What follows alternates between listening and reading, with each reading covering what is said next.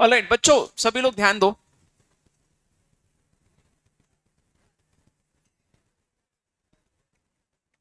ये वाले चार्ट पे सभी लोग इनकम डीम टू अक्रू और arise in India.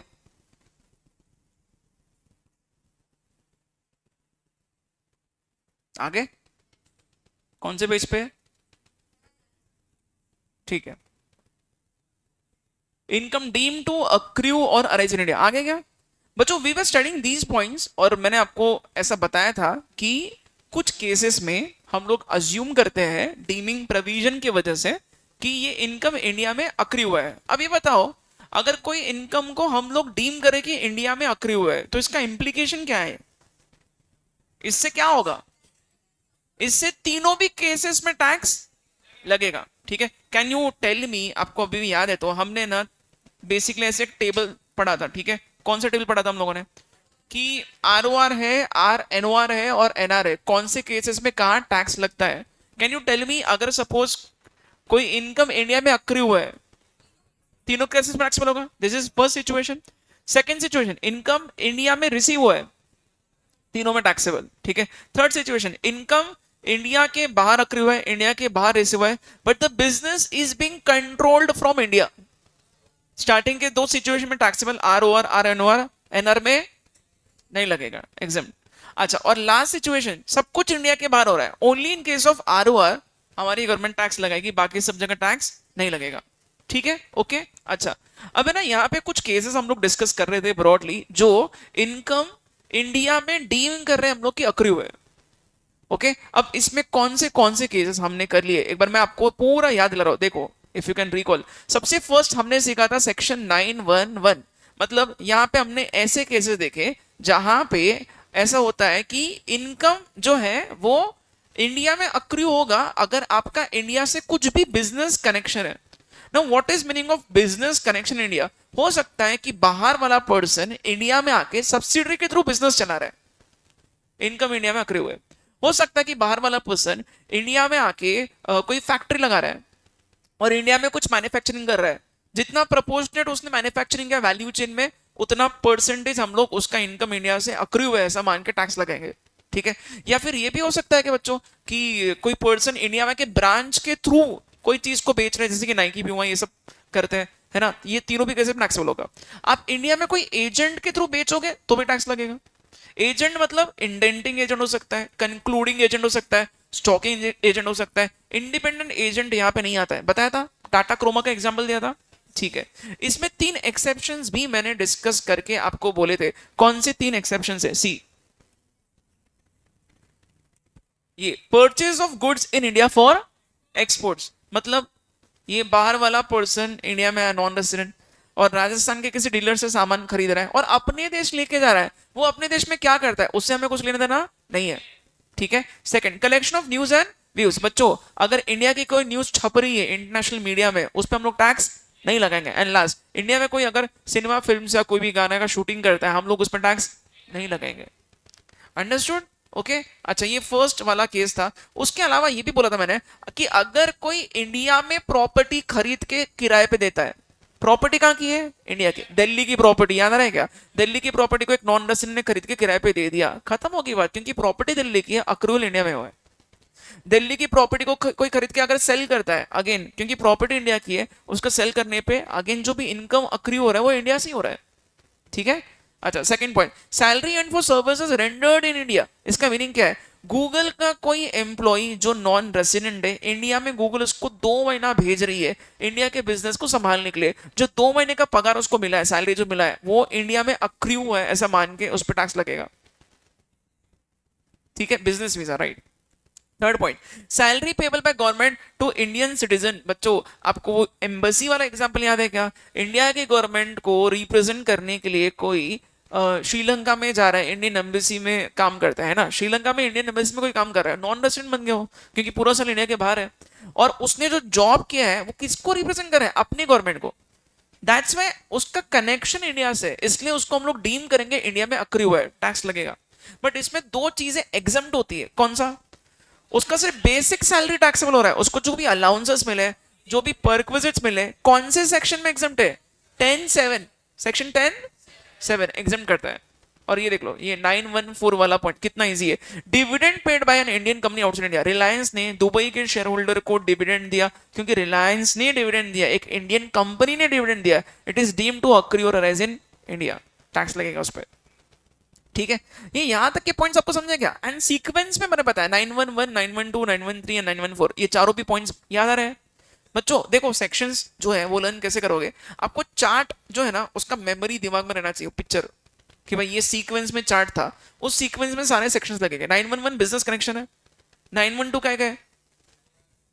Salary for services rendered in India, ठीक है। 913 क्या है? वो एम्बेसी वाला एग्जांपल, ठीक है। और 914 दुबई का शेयर होल्डर रिलायंस के शेयर्स खरीद के बैठा है, ठीक है। अब ये देख लो, ये जो 3 सेक्शंस है, इधर ध्यान दो सभी लोग, एवरीवन। इसमें मैं एक पार्ट बताऊंगा, बाकी 2 पार्ट अपने आप समझेंगे।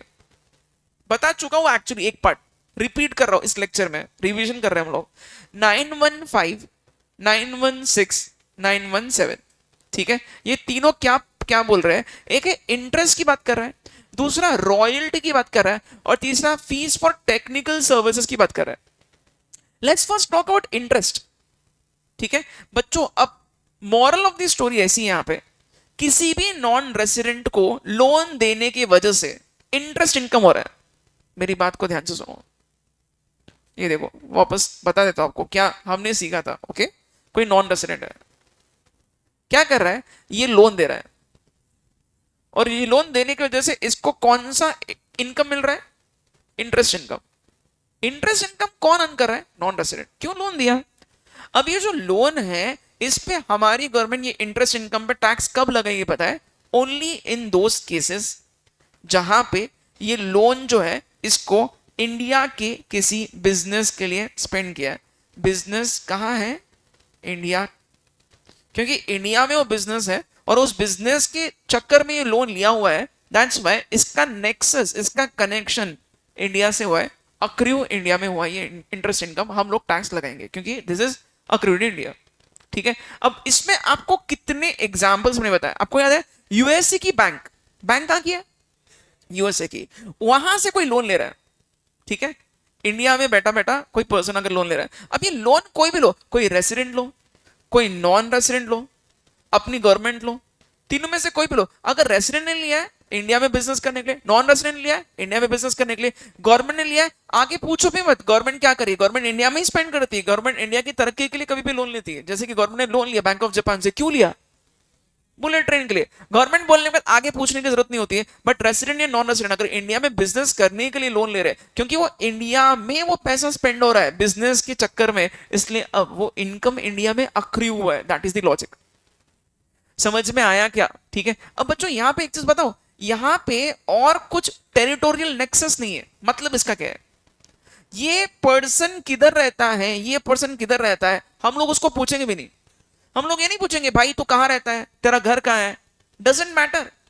वो रेसिडेंट या नॉन रेसिडेंट, इनका घर कहां है वो पूछना ही नहीं, चेक ही नहीं कर रहा है। ये पूछो कि वो बिजनेस इंडिया में हो रहा है क्या, खत्म।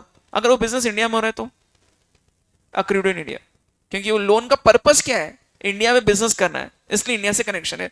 बोलो समझ में आया क्या? ठीक है। ये जो लॉजिक मैंने आपको इंटरेस्ट इनकम का बताया है, सेम लॉजिक रॉयल्टी का भी है, and same logic technical services का भी है। टेक्निकल टेक्निकल सर्विसेज का भी। Can you tell me royalty का मतलब क्या? चलो बताओ, मीनिंग बता दो, what is meaning of royalty?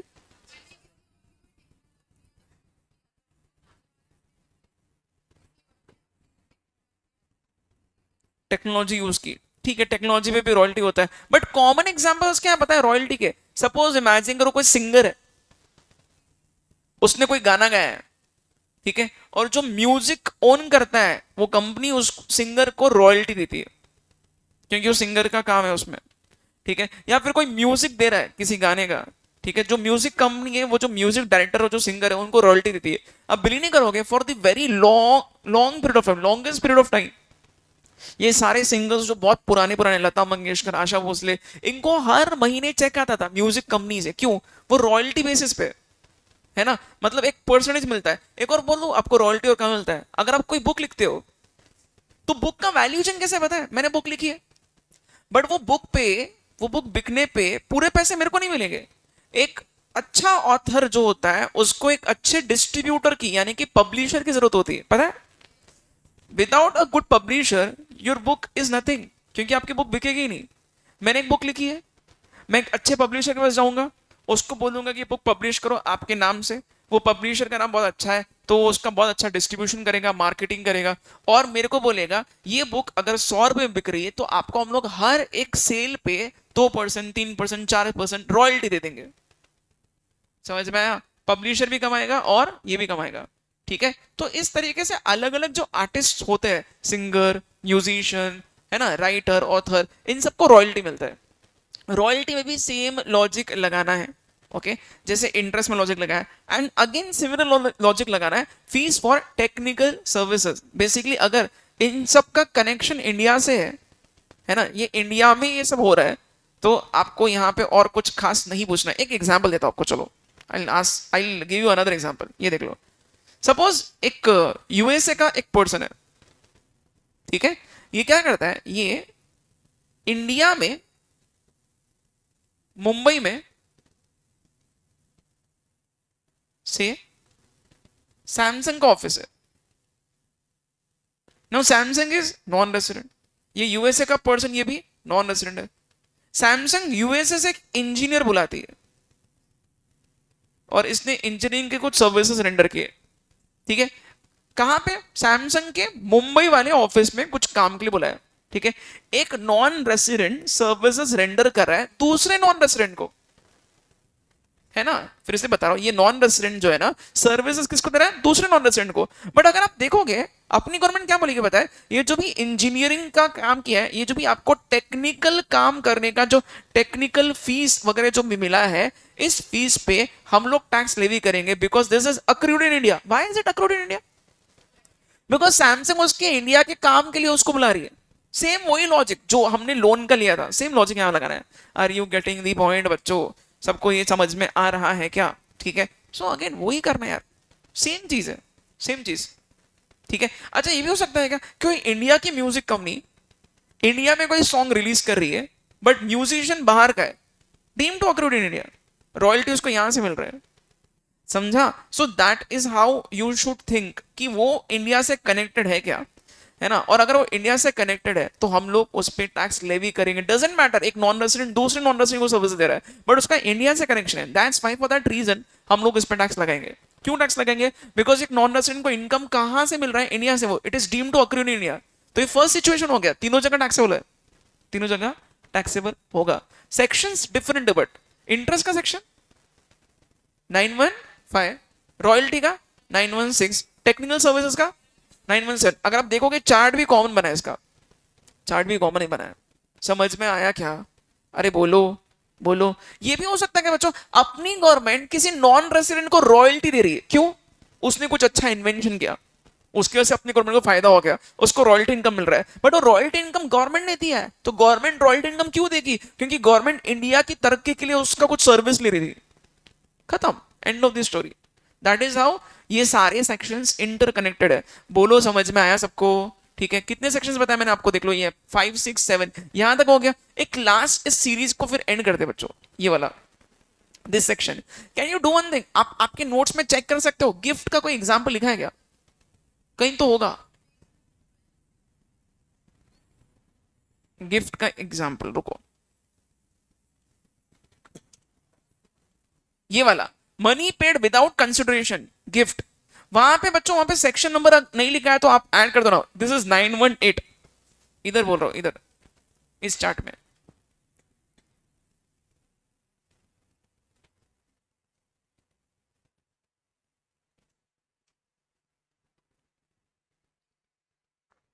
लिखा?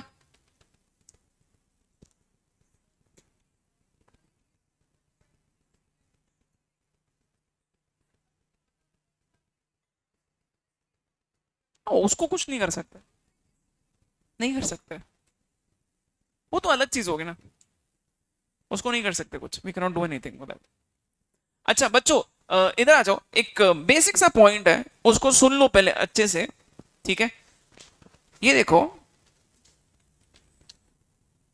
अगर अगर ए नाम का एक पर्सन बी नाम के एक पर्सन को गिफ्ट दे रहा है मनी में, पैसों में।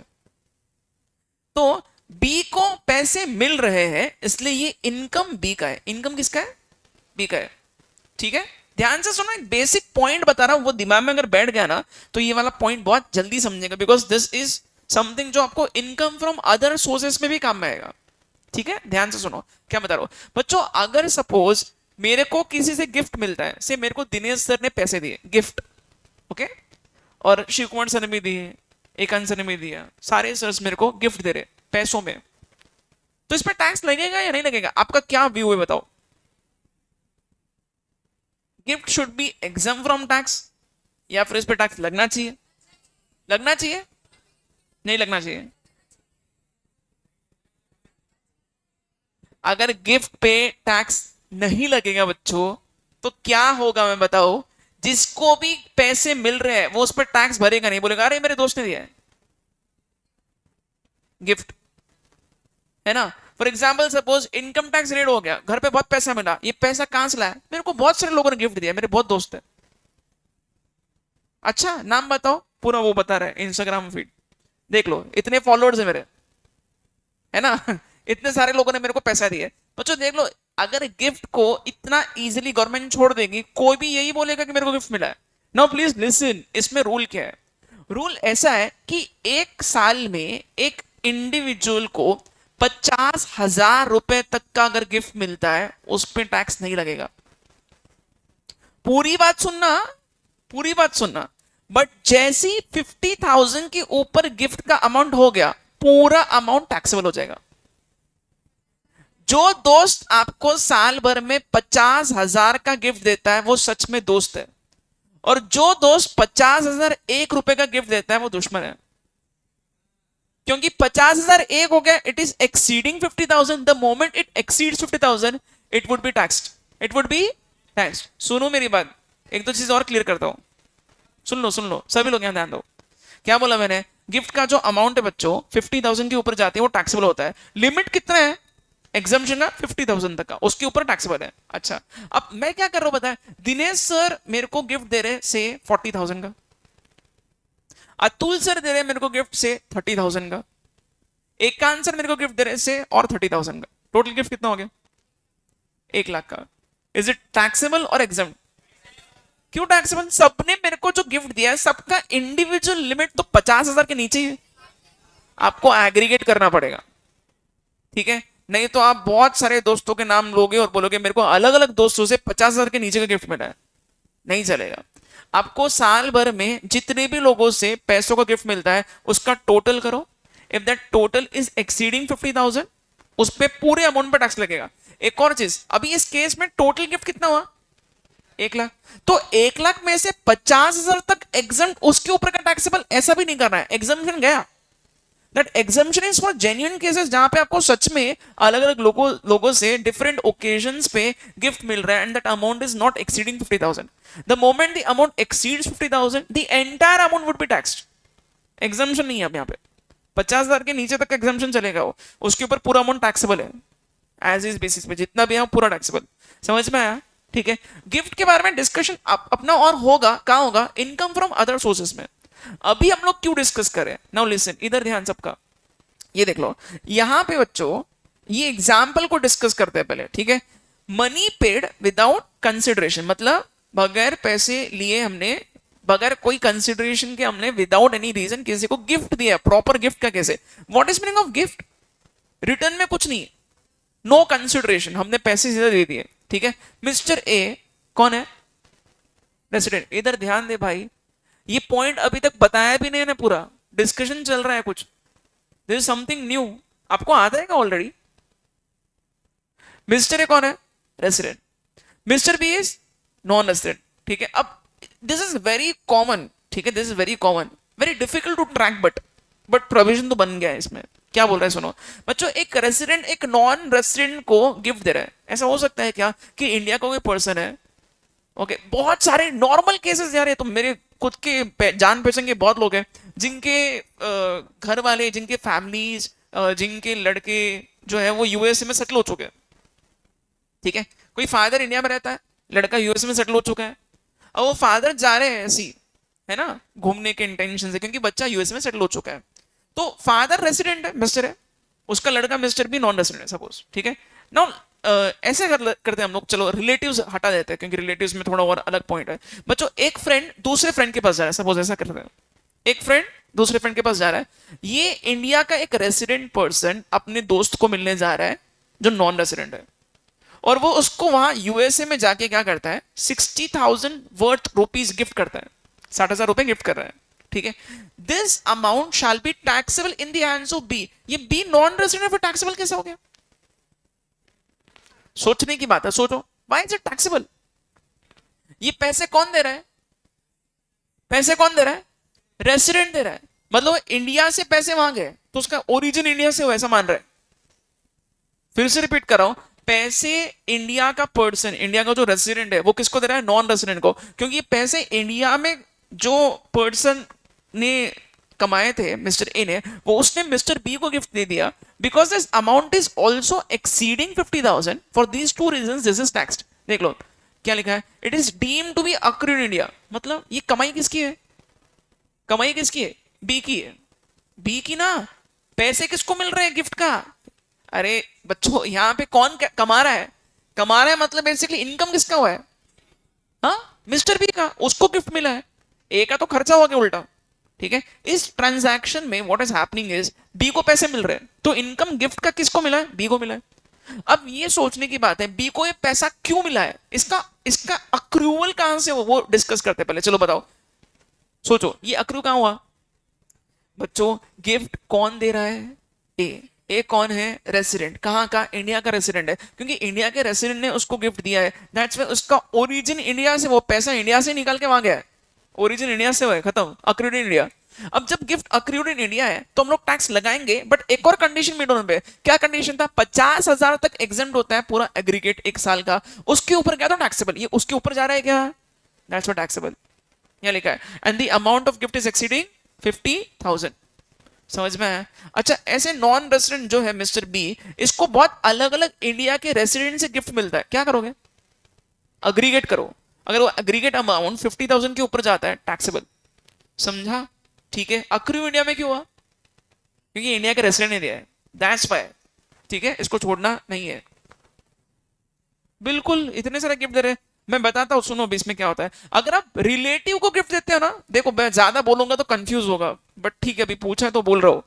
रिलेटिव्स को गिफ्ट जब आप एक्सचेंज करते हो, इट इज नॉट टैक्सेबल। अभी जैसे मैं फादर का बोला था, फादर ने सन को दिया 1 करोड़ का भी देना एग्जम्प्ट हो, रिलेटिव्स का गिफ्ट एग्जम्प्ट होता है। ये आगे सीखेंगे हम लोग, इसलिए अभी नहीं बता रहा हूं ज्यादा। रिलेटिव्स में जो भी गिफ्ट एक्सचेंज होते हैं, it is completely एग्जम from tax, ठीक है। ये रिलेटिव का केस नहीं है बच्चों। एक फ्रेंड ने दूसरे फ्रेंड को गिफ्ट दिया, टैक्सेबल होगा if the amount is exceeding 50,000। Am I clear on this? हाँ, ये सब मैं अभी नहीं बताऊंगा, क्योंकि अगेन उसका प्रॉपर एक चार्ट बनता है रिलेटिव का, कैन नॉट से नाउ, बहुत कॉम्प्लिकेटेड चीज है। हाँ बोलो। हाँ, क्या बोल रहे हैं? एक फ्रेंड फॉरेन में, आवाज ही नहीं आ रही यार इसकी। हाँ, मैंने स्टार्टिंग में बोलते ना, it is difficult to track but provision बन गया है, वही तो बोल रहा हूं, difficult to track but provision बन चुका है, ठीक है। चलो ऑलराइट बच्चों, समझ में आएगा सबको? हाँ,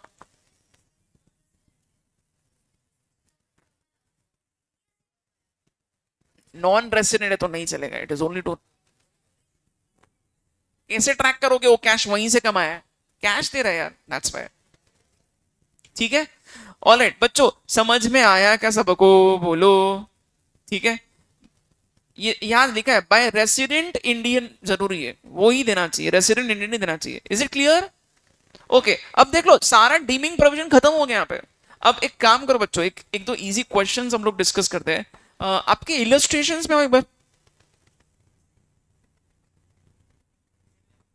इलस्ट्रेशंस में सीक्वेंस से बता सकते हो अपना कोई क्या पेंडिंग है? 1 2 3 4 कितने हो गए? सारे हो गए। फिफ्थ, सिक्स्थ, सेवेंथ बाकी है। चलो आ जाओ seventh, this is the only illustration pending here. इसको बच्चों आप पढ़ के बताओ क्या लग रहा है।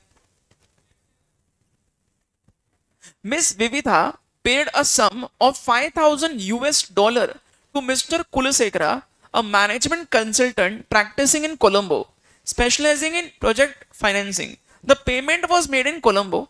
Mr. Kulasekara is a non-resident. The consultancy is related to a project in India with possible Ceylonese collaboration.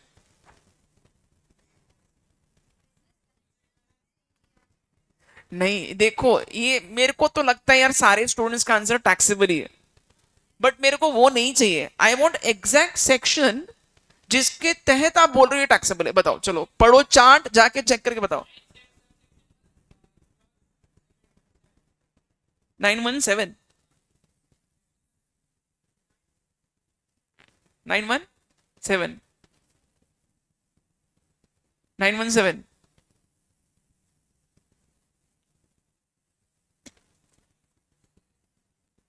912 भी रह सकता है.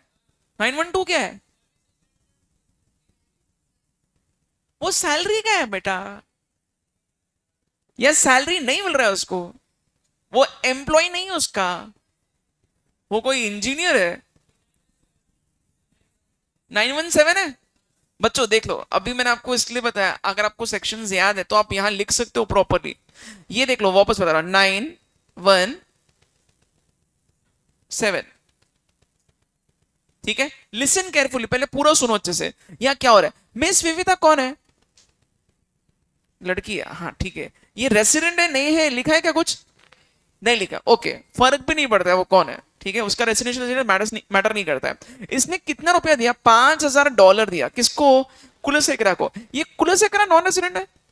ठीक है, एक नॉन रेसिडेंट को $5,000 मिल रहा है. ओके, आगे आगे लिखा है कि ये कोलंबो का पर्सन है, ये प्रोजेक्ट फाइनेंसिंग में एक्सपर्ट है. ठीक है, पेमेंट कोलंबो में हुआ है. बच्चों अब एक चीज बताओ, नॉन रेसिडेंट को सिर्फ कौन से केसेस में आप टैक्स लगाओगे? इंडिया में आक्रू हुआ है, इंडिया में रिसीव है. इंडिया में रिसीव तो वही नहीं पैसा. आक्रू हुआ है नहीं, वो चेक करते हैं, वो चेक करते हैं. ठीक है, अच्छा आगे क्या लिखा है? Consultancy is related to a project in India. Project कहां का है? इंडिया का है. सेम लॉजिक अभी मैंने आपको जो बताया वही लॉजिक लगाना है. इंटरेस्ट का लॉजिक क्या था? इंटरेस्ट अगर आप इंडिया में लोन को स्पेंड कर रहे हो, इंडिया के कोई बिजनेस के लिए स्पेंड कर रहे हो, तो इंडिया में एक्रू है. सिमिलरली ये प्रोजेक्ट इंडिया का है और ये इंडिया के प्रोजेक्ट को कंप्लीट करने के लिए नॉन रेसिडेंट पैसे कमा रहा है, तो अपना कनेक्शन तो इंडिया से ही है. अब ये मिस भी बता, रेसिडेंट रहो या नॉन रेसिडेंट हो फर्क नहीं पड़ता है. नॉन रेसिडेंट इंडिया के प्रोजेक्ट की वजह से पैसे कमा रहा है. समझ में आया क्या मैं क्या बता रहा हूं? ठीक है, again so that is the reason हम लोग यहाँ पे ये $5,000 जो कमा रहा है, because this is deemed to be accrued in India by virtue of section 917. हम लोग इसको टैक्सेबल करेंगे in the hands of non resident. समझ में आया क्या बच्चों? यहाँ लिखा है देख लो question, is this payment chargeable to tax in India in the hands of mister Kulashekhara. ठीक है, since this services were used in India. Okay, लिखो इसका आंसर. Illustration 7.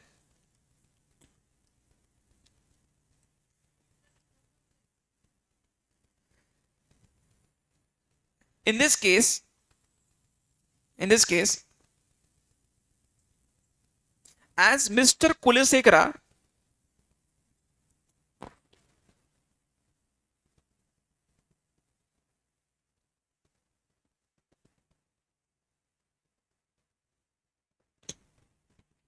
in this case as Mr. Kulesekara is a non-resident,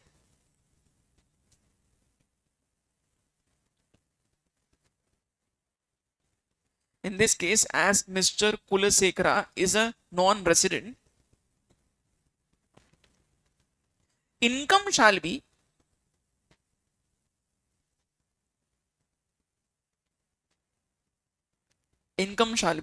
chargeable to tax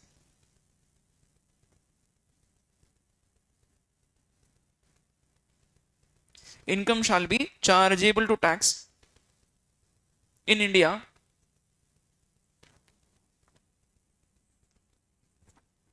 income shall be chargeable to tax in India only if it is accrued or received in India.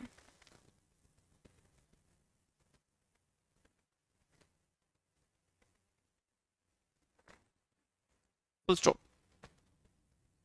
आगे लिखना here here mister Kulashekhara, mister Kulashekhara अपना दोस्त नहीं रहे वो कुल्लू लिखने के लिए, मार्क्स में भी शॉर्टकट करेगा वो, 4 मार्क का 2 देगा, दोस्ती तो है। Mister here mister Kulashekhara is providing consultancy services, is providing consultancy services which is in the nature of which is in the nature of technical services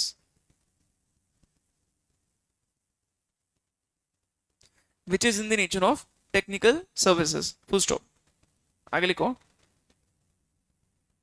as this fees is paid, as this fees is paid for a project in India, as this fees is paid for a project in India, comma, it shall be deemed to accrue in India, it shall be deemed to accrue in India under section which section 917। ठीक है, last line conclude करते हैं therefore payment shall be chargeable to tax, therefore payment shall be chargeable to tax in the hands of Kulashekhara,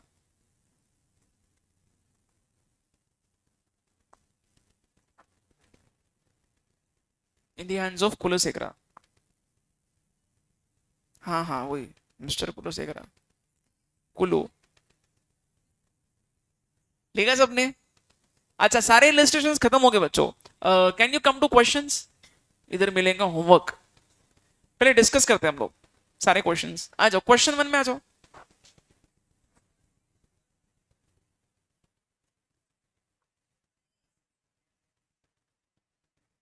अच्छा बच्चों I wanted to clarify one thing, क्या बोलना था रुको,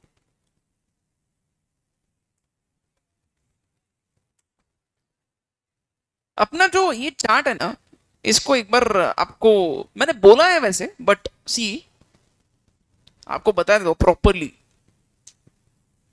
हमने रेसिडेंशियल स्टेटस का ये चार्ट डिस्कस किया था, इंडिविजुअल कैसे रेसिडेंट बनता है, इसमें 2 एक्सेप्शंस हमने पढ़े थे। ये 2 एक्सेप्शंस जो है फर्स्ट एंड सेकंड, इसमें हम लोग कौन सा कंडीशन चेक करते हैं, सिर्फ फर्स्ट कंडीशन। ये फर्स्ट एक्सेप्शन पढ़ो अच्छे से, Indian citizen who leaves India during previous year, रुको वही साल जाना चाहिए, Indian citizen who leaves India during previous year, मतलब क्या अपना प्रीवियस ईयर कौन सा है 25-26, अपने प्रीवियस ईयर में अगर वो बीच में से इंडिया छोड़ के गया, क्यों, इंडिया के बाहर जॉब के लिए और क्रू मेंबर, ठीक है, ऐसा कुछ अगर हो रहा है तो ही हम लोग फर्स्ट कंडीशन लगाएंगे। इसका मीनिंग और थोड़ा सा मैं क्लियरली बता रहा हूं, सुनो अच्छे से बच्चों, बेसिकली मैं आपको बार बार बोल रहा हूं फर्स्ट टाइम इंडिया के बाहर गया जॉब के लिए, फर्स्ट टाइम इसलिए बोल रहा हूं मैं बार बार, ठीक है, बिकॉज इससे साबित होता है first time during previous year he should go outside India for job, ठीक है, और as a member of crew of Indian ship during our previous year. अब है ना एक क्वेश्चन में हमने थोड़ा सा ना मैंने आपको और बताना चाहिए था, आंसर सही है अपना, कौन सा क्वेश्चन रुक जाओ, illustration 6, look at this question mister David वाला, mister David an Indian citizen, age कितना है 40 साल, गवर्नमेंट एम्प्लॉई है, ठीक है, और आगे क्या लिखा है, he left India for the first time on 31 March 25, अपने साल में नहीं जा रहा है, अपना प्रीवियस ईयर कौन सा है 25-26, ठीक है बच्चों, अगर अपने प्रीवियस ईयर में चला गया बीच में से इंडिया के बाहर जॉब के सिलसिले में, तो हम लोग फर्स्ट कंडीशन लगाते हैं। ये अपने प्रीवियस ईयर में नहीं गया है, अपने प्रीवियस ईयर के पहले चला गया, 31 मार्च 25 बोल रहे हैं। समझा क्या? ठीक है, ये देख लो यहाँ क्या लिखा है, इंडियन सिटीजन है क्या ये mister David? Yes, Indian citizen है। ठीक है, आगे क्या है, हु लीव्स इंडिया, ये इंडिया के बाहर जा रहे हैं। यस, ड्यूरिंग प्रीवियस ईयर नहीं है। What is our previous year? 25-26, but he went outside India not in our previous year but in previous year 24-25, है ना? ये डेट कब आती है? 31 मार्च 2025। ये कौन से प्रीवियस ईयर का पार्ट है? 24-25, क्योंकि ये अपनी प्रीवियस ईयर में नहीं गया इंडिया छोड़ के, तो ये एक्सेप्शन में नहीं आएगा। क्योंकि एक्सेप्शन में नहीं आएगा, आप इसको दोनों कंडीशन लगाओ, दोनों कंडीशन लगा के भी ये भाई साहब क्या बन रहा है? नॉन रेसिडेंट बन रहा है। ठीक है, आपने वहां आंसर जब लिखा था तब आपने कौन सा कंडीशन लिखा? फर्स्ट लिखा। ठीक है, वहां सेकंड भी ऐड कर दो ना please.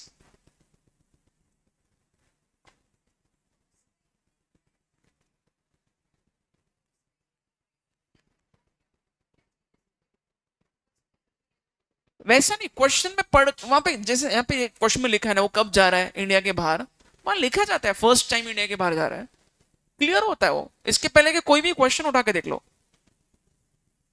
Look at this case, सभी लोग इलस्ट्रेशन 1 चेक करो, देख लो। इलस्ट्रेशन 1 में ये मिस्टर आनंद कौन है? Indian citizen. ठीक है, ये 6 जून को जा रहा है अपने प्रीवियस ईयर में, इसलिए हम लोग एक्सेप्शन में ला रहे हैं। समझ में आएगा बच्चों? ठीक है, और इसका लॉजिक मैं आपको ऑलरेडी बता चुका हूं। जो पर्सन इंडिया छोड़ के गया साल के बीच में से और बेचारा बाहर जाके पैसे कमा रहा है, उसको हम लोग फालतू में रेसिडेंट बना के वो इनकम पर टैक्स कैसे लगाएंगे यार? नहीं लगाना चाहिए। उसको हम लोग नॉन रेसिडेंट बनाने की कोशिश कर रहे हैं। That is the logic. First time नहीं लिखा है तो क्या हो गया? ये देख लो, बेसिकली उसका इंटरप्रिटेशन वैसा है। सी 6 जून को जा रहा है ना, मतलब उसका मीनिंग वैसा है, अपने प्रीवियस ईयर में गया वो, अपने प्रीवियस ईयर में जा रहा है, उसका मीनिंग वैसा है। फर्स्ट टाइम का इंटरप्रिटेशन मेरा वैसा था बोलने का, प्रीवियस ईयर में जाना चाहिए अपने। समझ में आया क्या? ठीक है, अच्छा, तो यहां पे आप दोनों कंडीशंस चेक करना बच्चों प्लीज। इलस्ट्रेशन 6 के नीचे जगह है कुछ, एमयू नोट लिखा है आपने कुछ? इलस्ट्रेशन 6 के नीचे एमयू नोट के लिए जगह है क्या? वहां प्लीज लिखो, एक जबरदस्ती एक एमयू नोट बनाओ। इलस्ट्रेशन 6 के नीचे लिखो जैसे बोल रहा हूं। पहले ये कंप्लीट करते हैं, तो 2 लाइन से, हाँ हो जाएगा। हाँ, शॉर्ट में ही बोल रहा हूं। वहां लिखना, as mister David left India, as mister David left India on 31st March 25,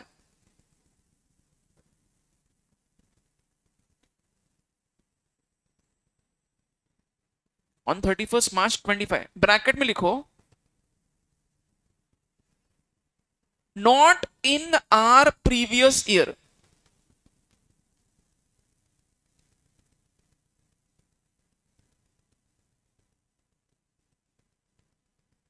not in our previous year, comma, we need to check both the basic conditions under 6(1). We need to check both the basic conditions under 6(1).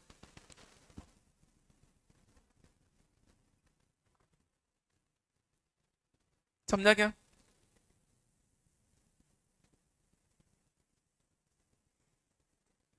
आ जाओ question 1 पे। अब question 1 आप बताओ आपको क्या लग रहा है? Let's discuss this first and then you can take this as homework. पहले डिस्कशन करते हैं।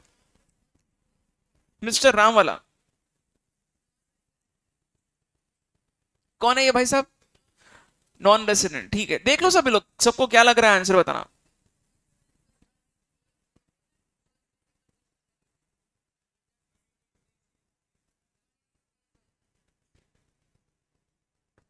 हाँ बच्चों, mister Ram an Indian citizen left India on 22/9/2025 for the first time to work as an officer of a company in Germany. ये तो clear लिखा है यहाँ पे हर एक चीज। अपने प्रीवियस में पहली बार इंडिया के बाहर गया जॉब करने के लिए। ठीक है, बिकॉज यहाँ पे एकदम साफ साफ लिखा है कि इंडिया के बाहर फर्स्ट टाइम जा रहा है जॉब करने के लिए, वो भी अपने प्रीवियस में निकला है। दो में से कौन सा बेसिक कंडीशन लगाओगे? सिर्फ फर्स्ट वाला। तो बोलो ना, इसके नंबर ऑफ डेज इंडिया में कितने हैं? ये 22 सितंबर को गया, तो इसके नंबर ऑफ डेज इंडिया में कितने थे? अप्रैल के, अप्रैल 30 दिन, अप्रैल मई जून जुलाई अगस्त सितंबर के 22 डेज, 22 लेना है 21 लेना है? हाँ, इंडिया जब जा रहा है उस दिन को भी काउंट करते हैं इंडिया में, है ना, बताया था। कितने हो गए? 175 डेज। बोलो कितने दिन इंडिया में रहने पे इसको हम लोग रेसिडेंट बनाते हैं? 182। अच्छा, सेकंड कंडीशन चेक करोगे किसके लिए? नहीं कर रहा है, बोलो ये क्या हो गया? Non resident. इजी है, होमवर्क है, होमवर्क। ढंग से लिखना है पूरा, कि कौन सा कंडीशन लगा रहे हो, पूरा प्रॉपरली लिखो।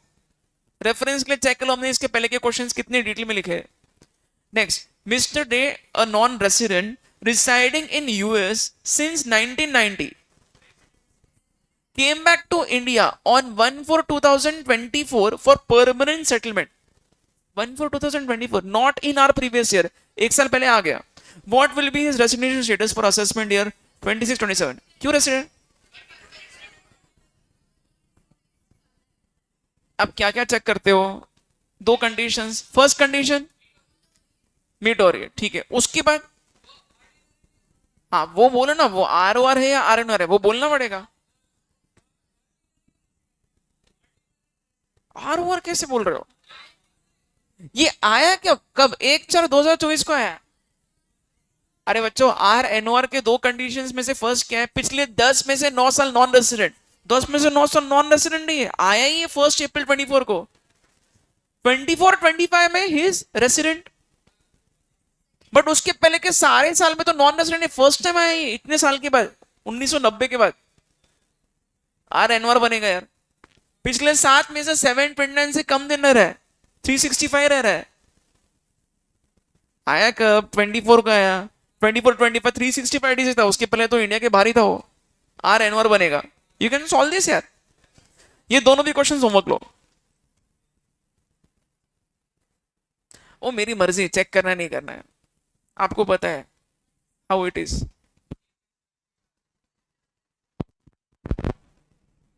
चलो, बट एक्सपेक्ट करता हूँ कि जिस दिन मैं वापस चेक करूंगा क्लास में बच्चे बैठेंगे, बाहर जगह नहीं करके आएंगे।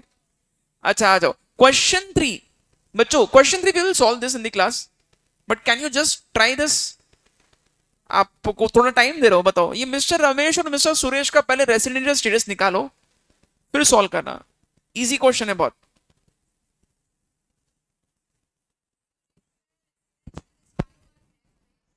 सुरेश कौन है? अच्छा, सुरेश तो दिल्ली में सेटल हो चुका है, तो सुरेश तो डायरेक्टली कौन है? R O R. और ये कौन है भाई साहब? नॉन रेसिडेंट, ठीक है।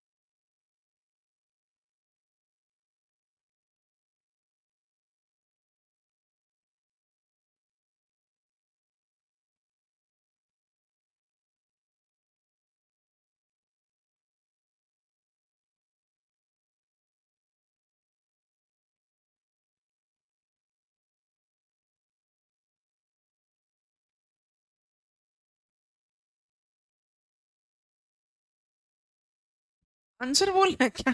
क्या बोलेगा तू? और क्या चल रहा है सर, कैसे हो आप? Tell me first, tell me gross total income.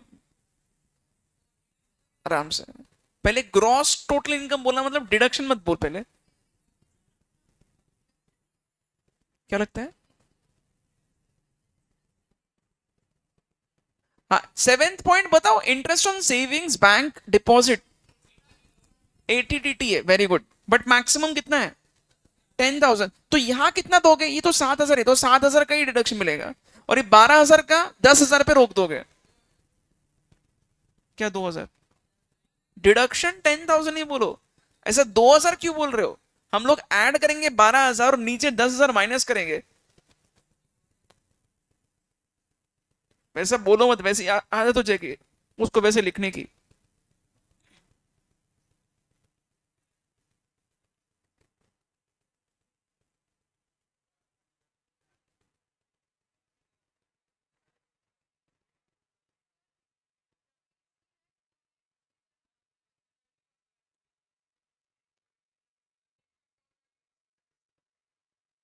Ramesh का कितना रहा है?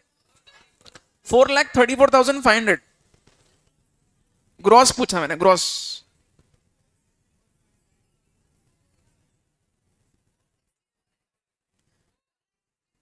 बच्चों ग्रॉस टोटल इनकम ये वाला सही आंसर है, 4,34,500। हाँ, क्या बोल रहे हो? Rent received, rent received, rent received है, उतना रेंट मिला है, उसमें से 30% माइनस करना है। डिडक्शन नहीं होता है वो हाउस प्रॉपर्टी का इनकम है। हाउस प्रॉपर्टी का इनकम निकालने के लिए हमें 30% माइनस करना है। It is not deduction from gross total income, वो हेड का ही इनकम है। एक चीज बताओ, एक सेकंड, लेट मी क्लैरिफाई। बच्चों एक चीज बोलो, ग्रॉस टोटल इनकम कैसे निकलता है? 5 हेड्स को जोड़ के। 5 हेड्स में से एक हेड कौन सा है? House property. हाउस प्रॉपर्टी का इनकम निकालने के लिए आपको माइनस करना पड़ेगा, तो हाउस प्रॉपर्टी के इनकम का डिडक्शन है वो, not from the gross total income. इधर कितना आएगा? Right, 4,14,000। Can you just confirm these numbers? ये सही आंसर है, ग्रॉस टोटल इनकम। चेक करो आराम से।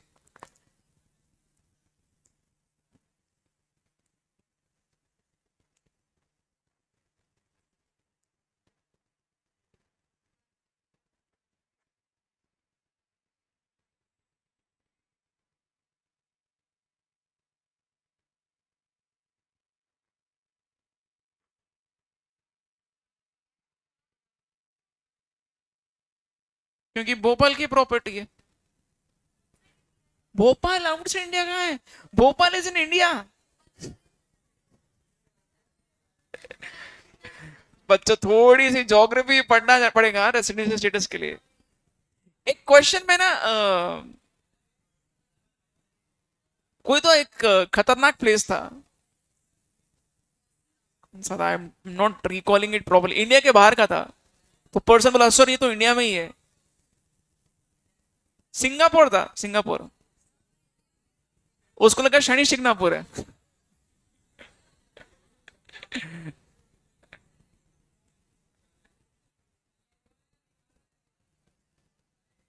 लास्ट में पूर देख के उसको लगा इंडिया का है।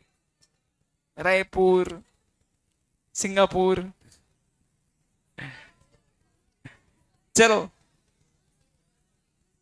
आ रहा है, लेट्स स्टार्ट राइटिंग दिस। चलो लिखते बच्चों, एवरीवन प्लीज। नहीं, तुम लोग लिखोगे तो फिर टाइम आगे पीछे होगा है ना, थोड़ा फास्ट लिखते हैं इसको। समझ में आ गया ना इसको? अब लिख सकते हैं अच्छे से, राइट? बच्चों सबसे फर्स्ट लिखो, मिस्टर रमेश। पहले क्लैरिटी दे देता हूं मैं, कौन क्या है, किसका रेसिडेंशियल स्टेटस क्या है, ठीक है? Mister Ramesh is a non resident. Mr. Ramesh is a non-resident as he has been living in Canada. As he has been living in Canada since 1996. Full stop. आगे लिखो, mister Suresh, mister Suresh is assumed as, Mr. Suresh is assumed as a resident and ordinarily resident.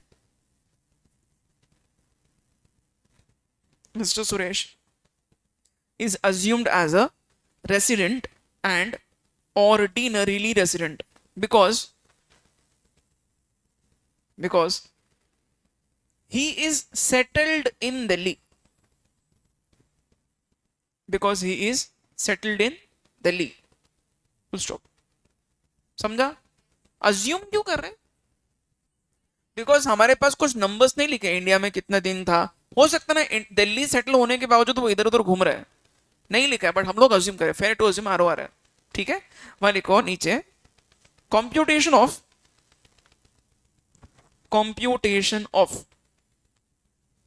Total income. बच्चों total income अगर पूछा है question में, मतलब net पूछ रहा है वो, ठीक है। Total income of mister Ramesh, अलग अलग कॉलम बना के, मतलब mister Ramesh and mister Suresh for AY 26-27, for AY 26-27 लिखा। ऑलराइट, अब बच्चों अभी क्या करोगे, पर्टिकुलर्स और दो कॉलम बनाओ, मिस्टर रमेश, मिस्टर सुरेश।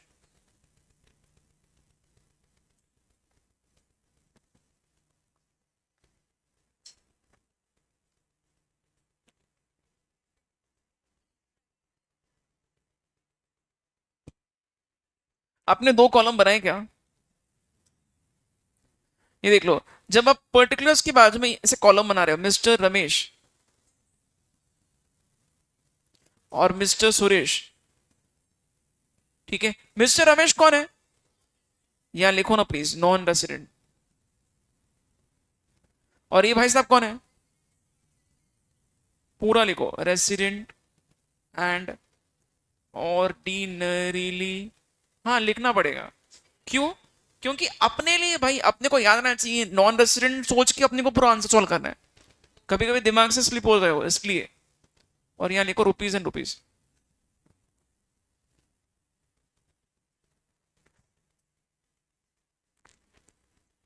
लिखा? यहां पे लिखो पर्टिकुलर्स। लिखा? चलो, तेरे को बड़ी मजा आ रही है मैं लिख रहा हूं तो। फर्स्ट पॉइंट क्या है देख लो अच्छे से, चलो यहां से डिस्कस करते हैं। इंटरेस्ट ऑन कनाडा बॉन्ड्स, बच्चों हाँ ठीक है, जैसे मैं बोल रहा हूं वैसे लिखो, interest on Canada development bonds, number 1,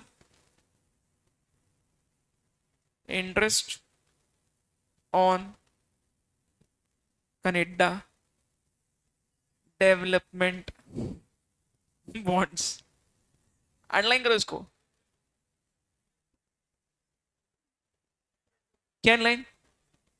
अब इसको अंडरलाइन क्यों कर रहे हैं? बिकॉज इसमें से कुछ पार्ट इंडिया में रिसीव हुआ है और बैलेंस इंडिया के बाहर रिसीव हुआ है, ठीक है। तो यहां पर लिखना उसमें से small a received in India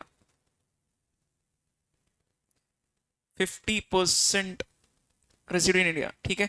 बोलो ये 35,000 का 50% करो, कितना आएगा? 17,500। यहां लिखो 17,500। टैक्सेबल होगा क्या? Received in India taxable to both the cases, है ना, नॉन रेसिडेंट तो भी। और ये भाई साहब तो ROR है, 40,000 का 50% कितना होगा? 20,000। यहां लिख दो 20,000। B part, received outside India, ये भी बैलेंस 50% हो गया, ठीक है। तो यहाँ पे 17,500 नहीं लिखना है, क्यों? नॉन रेसिडेंट को जो चीज इंडिया में अक्रू भी नहीं हुई है, रिसीव भी नहीं हुई, हम लोग टैक्सेबल नहीं करते, इसलिए डैश कर दिया। और ये तो ROR है, इसको तो हर जगह हम लोग टैक्स लगाने वाले ही है, तो यहाँ पे 20,000 लिखना ही पड़ेगा। क्लियर है?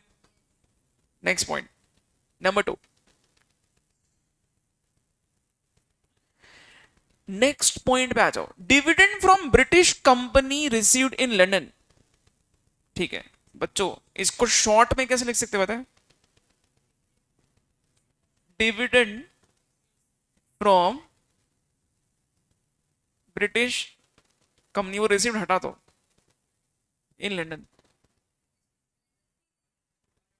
जरूरी नहीं है, इंडिया में भी दे सकती है,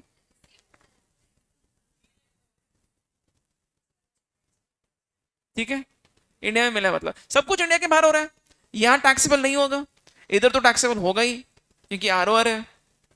एकदम एक्सट्रीम केसेस है, नॉन रेजिडेंट आरओआर, कंफ्यूजन नहीं, एक जगह सब जगह टैक्स लगेगा और एक जगह सिर्फ दो केसेस में टैक्स लगेगा।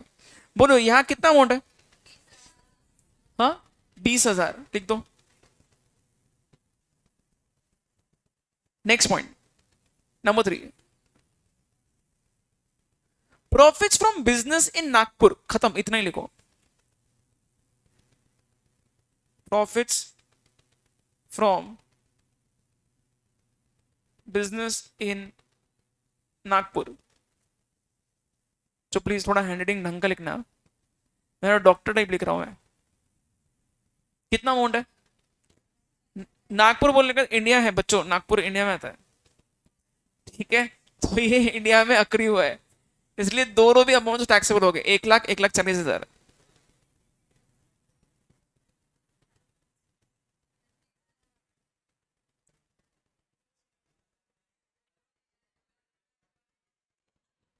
हो गया। Next point, short term capital gain on sale of shares of an Indian company. Fourth point, short term capital gains received के ऊपर फोकस क्यों है आपका?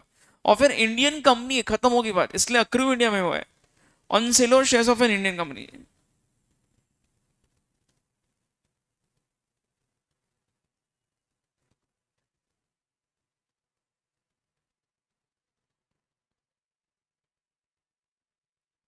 कितना अमाउंट है? दोनों जगह टैक्सेबल होगा, 60,000 एंड 90,000।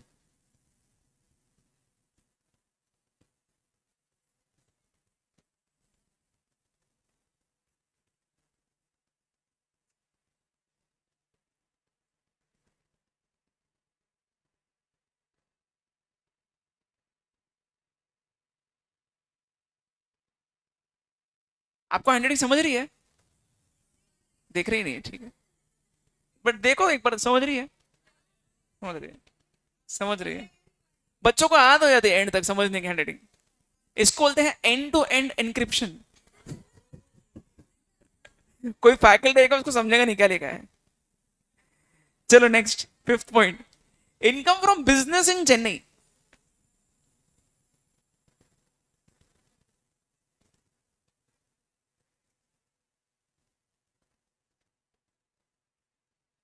अमाउंट्स बताओ कितना है? 80,000, 70,000, दोनों जगह टैक्सेबल क्यों है? इंडिया में अक्रू है। Next point, fees for technical services rendered in India.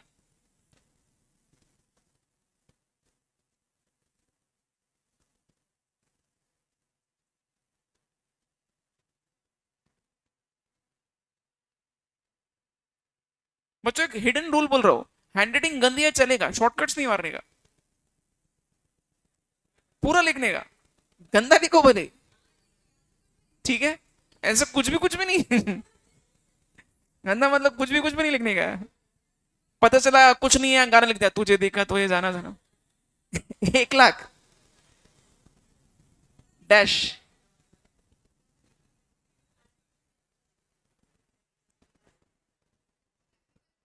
SM के पेपर में एक स्टूडेंट ने ऐसे ही किया था, गाना नहीं लिखा था, उसने आंसर 2 बार लिख दिया लेंथ बड़ा दिखने के लिए, मार्क्स नहीं दिया उसको, 2 बार 0 दिया। पर बाद में उसने बताया मेरे को, बोला यार तू ये डबल डबल क्यों लिख रहा है? सर नहीं आ रहा था, लेंथ बड़ा है। बीकॉम के पेपर समझ रहे बच्चे उसको। 7 पॉइंट, हाँ, हाँ नोट लिख सकते हैं एग्रीकल्चर इनकम का। Interest on savings, savings bank account, interest on savings bank account, आगे लिखो यूको बैंक दिल्ली। कितना अमाउंट है? बच्चों यहां कुछ भी मत करो, यहाँ पे बहुत बच्चे 7,000 -7,000 करके डैश कर रहे, गलत हो जाएगा वो। क्यों? वो डिडक्शन है, deduction should be deducted from gross total income, अभी तक हम लोग ग्रॉस टोटल इनकम निकाले ही नहीं, प्रेजेंटेशन गलत हो जाएगा। 7,000 एंड 12,000। टैक्सेबल क्यों है दोनों को? इंडिया में accrue है, रिसीव्ड भी इंडिया में हुआ, ठीक है।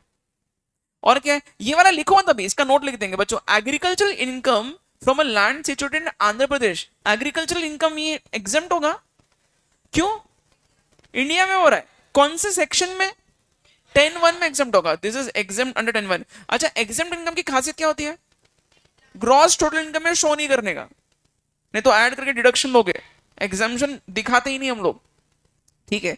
और ये rent received in respect of house property at Bhopal. एक सेकंड बच्चों, इसको इस तरीके से बताओ, रुक जाओ। 8th पॉइंट, यहां क्या लिख रहे हो सुनो अच्छे से एवरीवन। यहां 8th पॉइंट ऐसा लिखना है आपको, income from house property at Bhopal. मैंने क्या लिखा है सुनो, मैंने लिखा है income from house property at Bhopal. Now there are two things to do it. कैसे कर सकते हो? या तो आप इसको अलग से नोट बनाओ, वही सही तरीका है। ब्रैकेट में को नोट 1। वो कल मैंने जब लिखाया था उसमें एक ही कॉलम था यार, एक ही कॉलम था शायद से, मतलब वो कॉमन था। यहाँ पे दोनों के अलग अलग नंबर्स है ना, becomes difficult to show it in the particulars. Note 1 लिखो आप, ज्यादा बेटर है, ठीक है। एक सेकेंड बच्चों, नोट 1 लिखा आपने। अब आपको अंदाजा कुछ लाइंस छोड़ने हो, बिकॉज आपको डिडक्शन वगैरह भी माइनस करना है, ठीक है। तो आप कुछ अंदाजा 7 to 8 लाइंस ब्लैंक छोड़ दो, फिर उसके बाद लिखो नोट 1।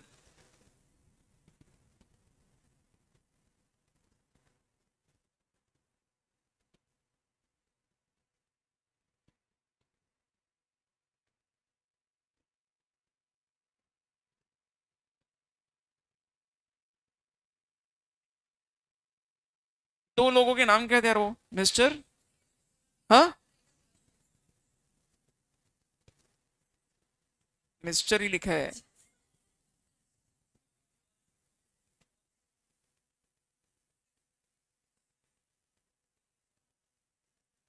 यहाँ पे लिखो number 1, rent received. What is rent received? 1,60,000।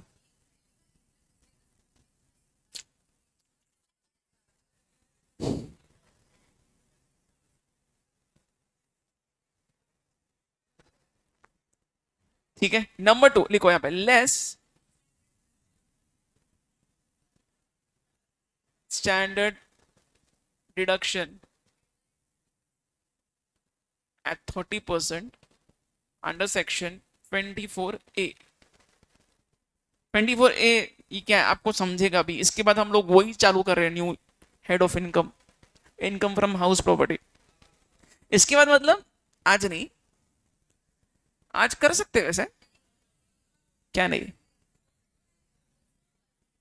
1 lakh का 30%, 30,000 माइनस करो, और यहां पे इसका 18,000।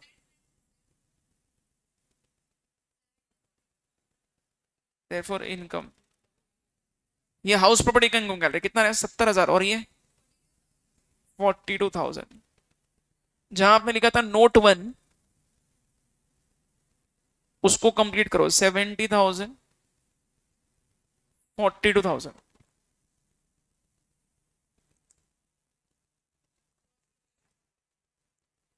हाँ आगे का कंप्लीट करो भी। ग्रॉस टोटल इनकम निकालो, डिडक्शंस क्या क्या माइनस करोगे?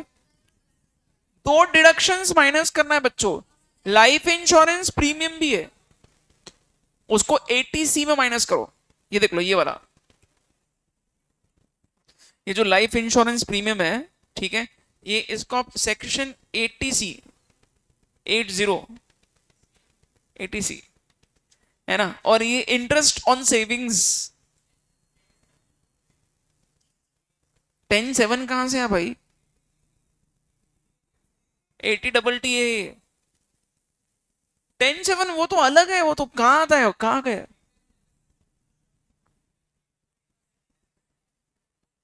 चलो लिखो ये दो डिडक्शंस माइनस करो।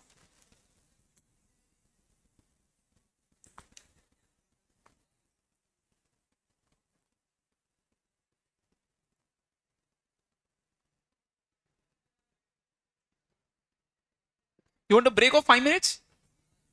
ओके, ये पहले नेट इनकम तक आओ, then take a break of 5 minutes, not more than 5 minutes में बता रहा हूं मैं। 1817 हो रहा है, 1825, तो 1825 बोला मैंने, 3 मिनट लगेंगे लिखने को।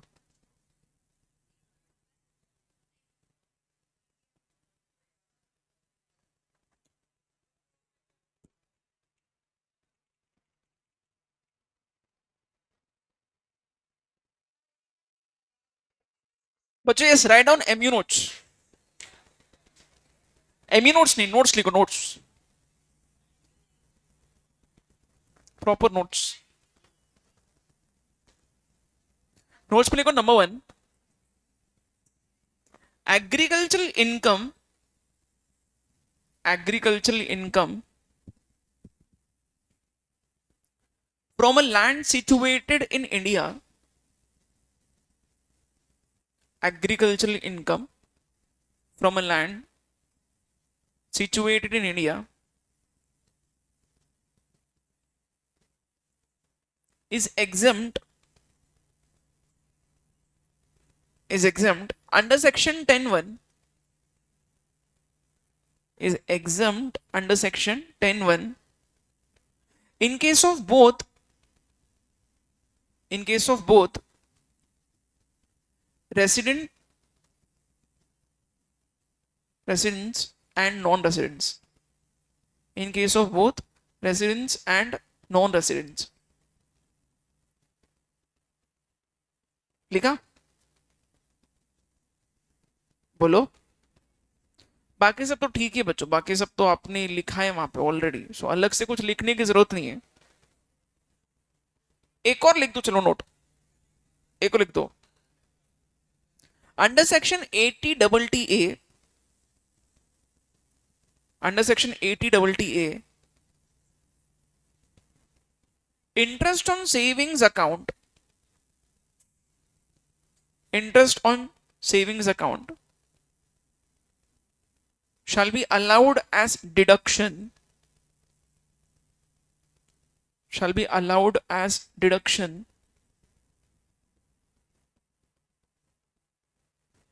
subject to a maximum ceiling of rupees 10,000,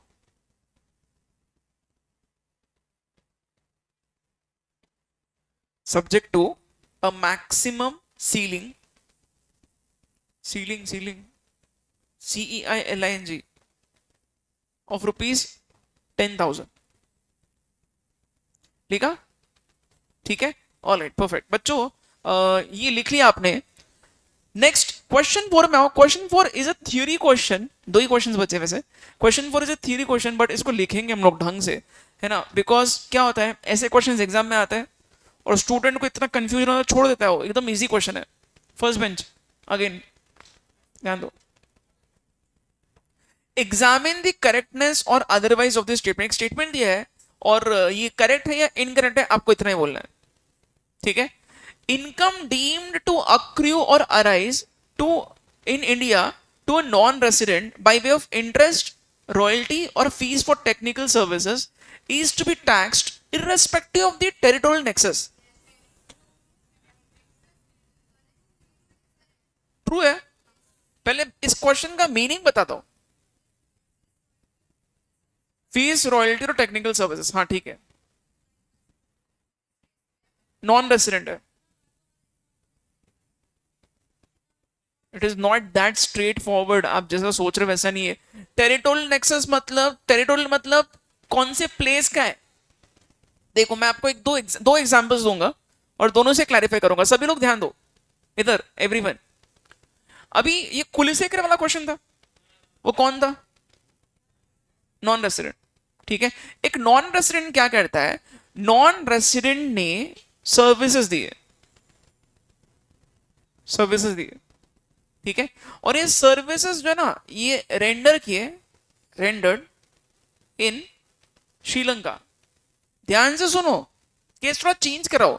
एक नॉन रेसिडेंट है, कहां बैठा है, श्रीलंका में, वहीं रहता है वो, और वहां पे बैठे बैठे इसने सर्विसेज दी। इंडिया आया ही नहीं, इंडिया आया नहीं। एक चीज और बताऊं, हम जिधर बैठ के सर्विसेज देते हैं उधर ही सर्विसेज रेंडर होते हैं। ऑलरेडी बोल चुका हूं मैं, मुंबई वाला इंजीनियर का एग्जांपल कितने बार दिया आपको, है ना। मुंबई का इंजीनियर मुंबई में बैठे बैठे यूएसए के क्लाइंट को सर्विसेज दे रहा है, वो सर्विसेज किधर रेंडर हुए? मुंबई में, इंडिया में। अब ये देख लो, ये श्रीलंका में बैठे बैठे सर्विसेज रेंडर कर रहा है। सर्विसेज कहां रेंडर किया? श्रीलंका में, ठीक है। अच्छा, और ये रहता भी कहां है? श्रीलंका में, ठीक है। इसको पैसा भी श्रीलंका में मिला, पैसा भी कहां मिला? श्रीलंका में। बोलो क्या करोगे?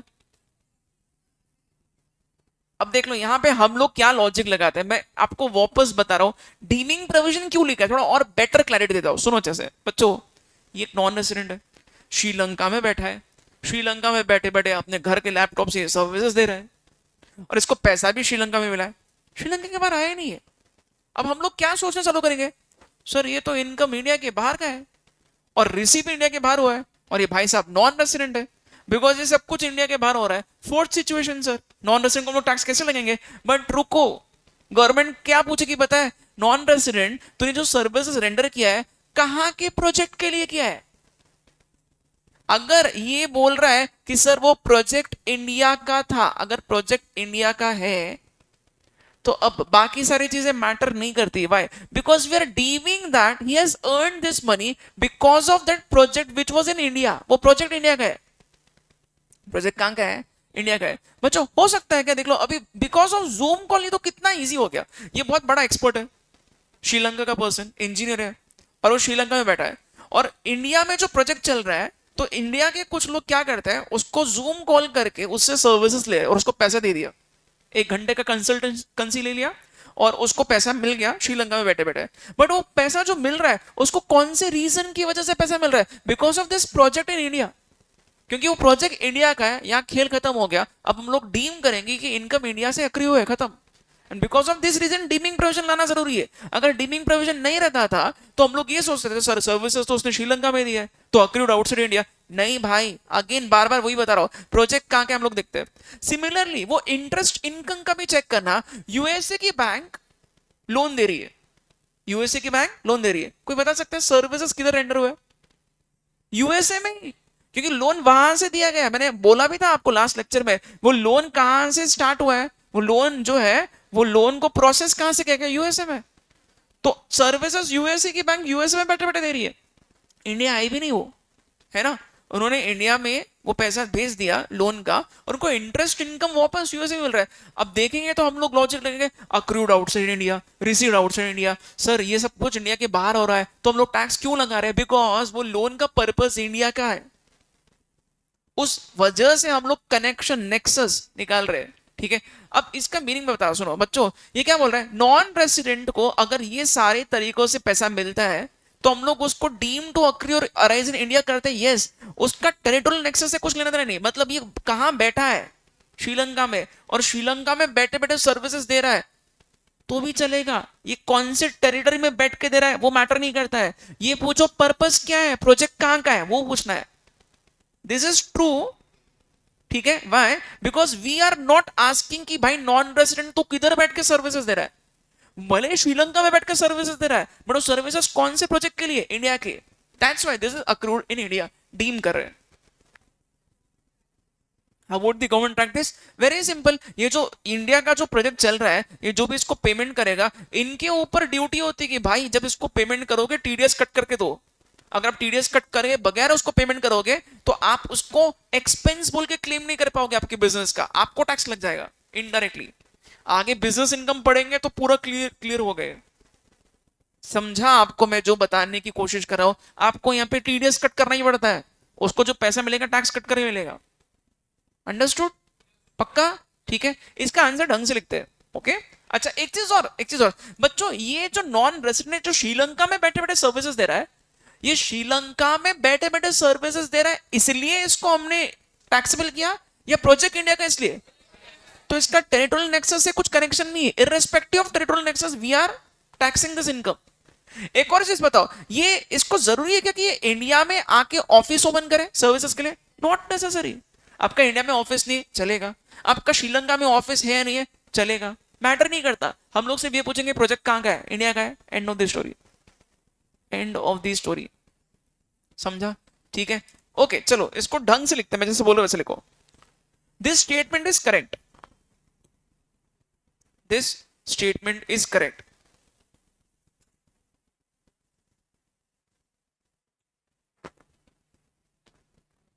वहां लिखना income by way of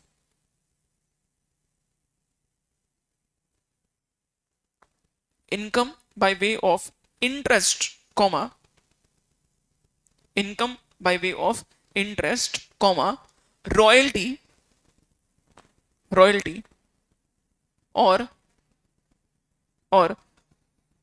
fees for technical services.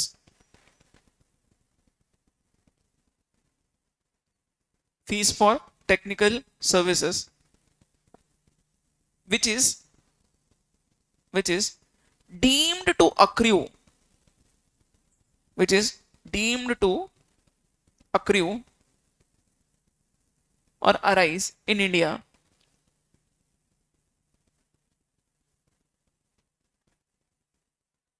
deemed to accrue or arise in India by virtue of by virtue of by virtue मतलब उसकी वजह से by virtue of sections by virtue of sections. कोई बता सकता है तीनों के सेक्शन सीक्वेंस में है? 915 916 917 लिखो. by virtue of sections 915 comma 916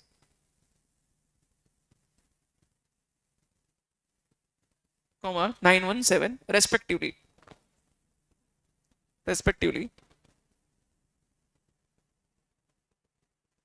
shall be taxable to a non-resident shall be taxable to a non-resident whether or not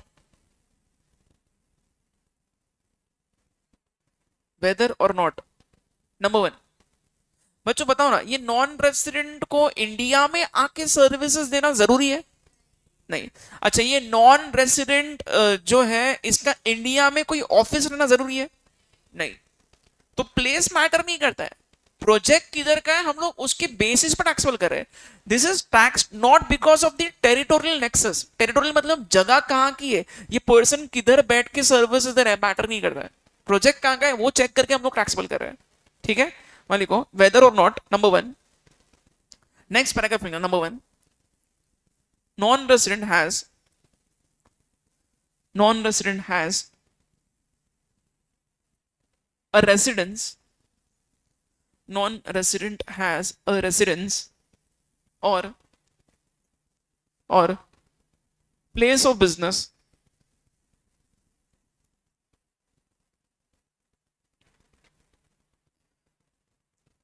or business connection in India.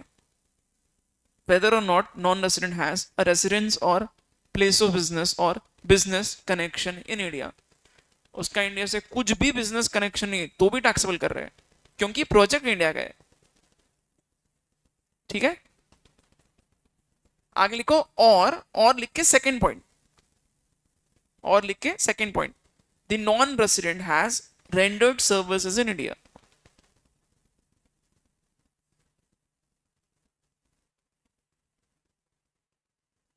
The non-resident has rendered services in India.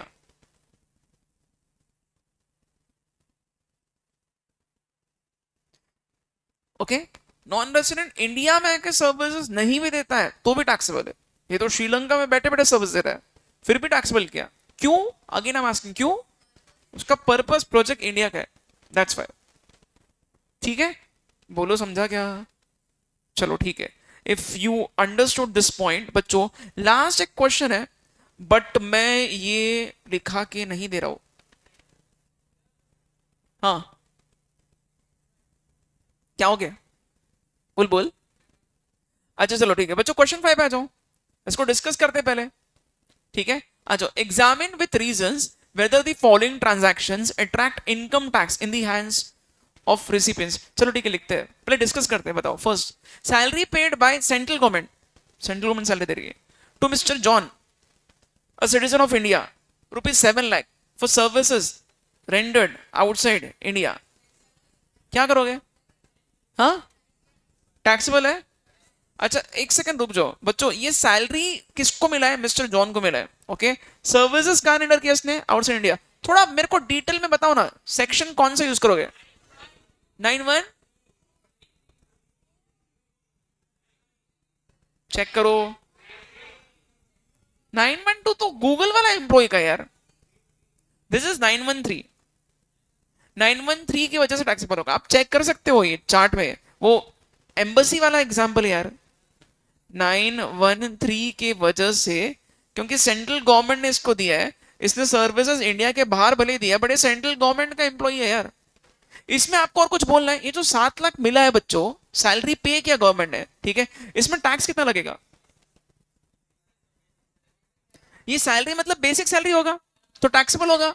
एक चीज आपको याद दिला रहा हूं, सुन लो, सुनो सुनो सुनो सुनो बच्चों, जो भी सैलरी आपको मिल रहा है ना, मैंने आपको बोला था सैलरीड एम्प्लॉइज को जो भी सैलरी मिलता है उसमें से 50,000 का डिडक्शन मिलता है, उसको डिडक्शन बोलते हैं, स्टैंडर्ड डिडक्शन सैलरीज में से। No question asked. आपको बोला था ना मैंने यार, सैलरी लोगों के लिए गवर्नमेंट ने कुछ साल पहले एक बेनिफिट चालू किया था, है ना? जो अब देख लो यहाँ पे एक चीज और क्लियर करता हूं, सुनो, सैलरी पेड बोला है मतलब इतना सैलरी मिला है, टैक्सेबल इतना नहीं होगा। टैक्सेबल तो हमें अलग से 50,000 माइनस करना पड़ेगा। पूरी बात सुनो, अगर वो न्यू रिजिम फॉलो करता है, दो टैक्स रिजिम है, ओल्ड एंड न्यू। ओल्ड में 50,000 है, न्यू में 75,000 है। न्यू में कितना है? 75,000, ठीक है। तो आपने आंसर तो सही बोला बट इसको मैं ढंग से लिखा के दूंगा भी, राइट? तो उतना माइनस करके टैक्सेबल होगा, ठीक है। सेकेंड क्वेश्चन पढ़ो, क्या लगता है बताओ? सेकेंड रुक जाओ, there is some change in the question I think. Okay ठीक है, बोलो सेकंड क्वेश्चन बच्चों क्या होगा? Interest on monies borrowed from outside India ₹5 lakh by non resident for the purpose of business within India. एक non resident ने India के बाहर से पैसा लिया, वो लोन पे जो इंटरेस्ट इनकम जो बाहर वाला अर्न कर रहा है वो इंडिया के बिजनेस की वजह से अर्न कर रहा है, क्योंकि कनेक्शन इंडिया से, बिजनेस कनेक्शन इंडिया से है ना? तो हम लोग कौन से सेक्शन के तहत इसको टैक्सेबल करेंगे? 91 915, राइट, ठीक है। Third point, post office savings bank interest of ₹19,000 received by a resident assessee mister Ram, age है इसका 46 years। दो चीजें बता रहा हूं, 2 मिनट मेरे को कुछ बोलने दो, कुछ नया पॉइंट है यहां पे बच्चों।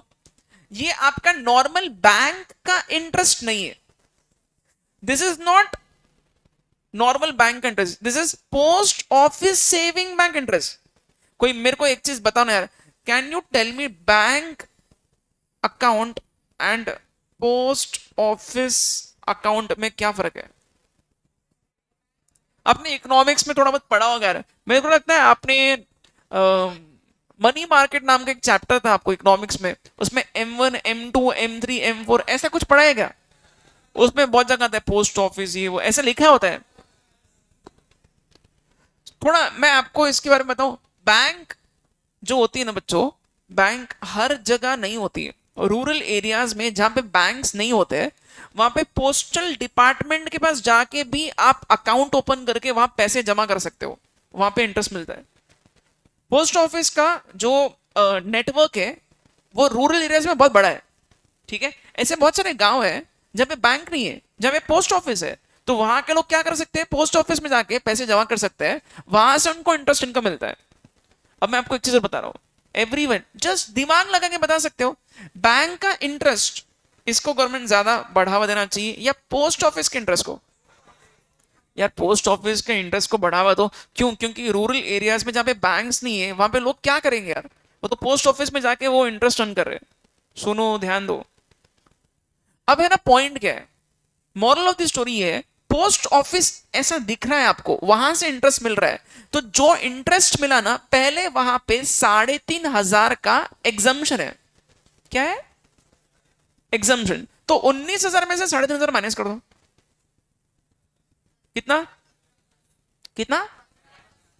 15,500। ये जो 15,500 है ये अब टैक्सेबल इनकम है आपका। अब इसमें से आप डिडक्शन भी माइनस कर सकते हो, 80 डबल टी का डिडक्शन भी मिलता है, तो डिडक्शन अलग से माइनस करो, कितना आएगा? 5,500 टैक्सेबल है। बट एग्जम्पशन अलग है, डिडक्शन अलग है। एग्जम्पशन कितना है, थोड़ा और क्लियरली बोलो क्या? देख लो, एक सेक्शन है 10-15, इसमें 3,500 का एग्जम्पशन मिलेगा। क्या मिलेगा? एग्जम्पशन। और अलग से एंड में हम लोग ग्रॉस टोटल इनकम से और अलग से जो डिडक्शन माइनस करते हैं 80 में 10,000 का क्या मिलेगा? डिडक्शन, है ना? इसका नेट इंपैक्ट क्या होगा? 5,500 टैक्सेबल होगा नेट इंपैक्ट। इंपैक्ट वैसा है, समझा? प्रेजेंटेशन कैसे करना है? पहले एग्जम्पशन माइनस करोगे, ग्रॉस टोटल इनकम से फिर डिडक्शन माइनस करोगे। क्लियर? ठीक है। नेक्स्ट बताओ क्या होगा? Royalty paid by a resident to non resident in respect of business carried on outside India. अरे बिजनेस इंडिया में भी नहीं है, इंडिया के बाहर है। अगर इंडिया से रिलेटेड बिजनेस के लिए वो कमा रहा है तो हम लोग टैक्सेबल करते हैं। बिजनेस भी इंडिया के बाहर गए ना यार, है ना? टैक्सेबल होगा नहीं होगा? नहीं होगा टैक्सेबल। ये टैक्सेबल कब होता था? इंडिया का बिजनेस है तो हम लोग बोलते थे भाई प्रोजेक्ट इंडिया का है, टैक्सेबल करो। समझा क्या?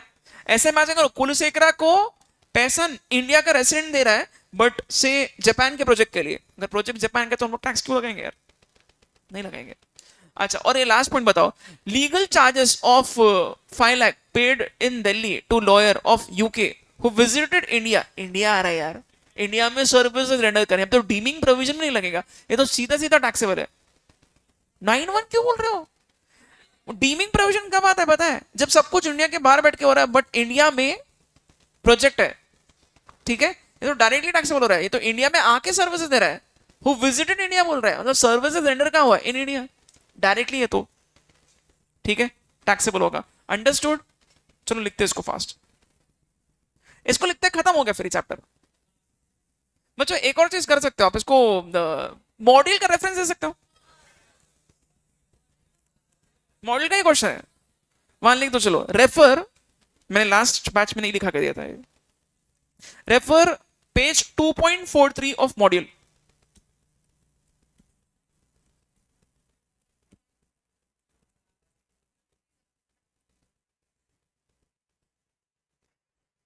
बच्चों please put a new heading. अरे रुको यार, तुम लोग क्या सर सर बोल रहे हैं, ब्रेक क्यों दिया फिर?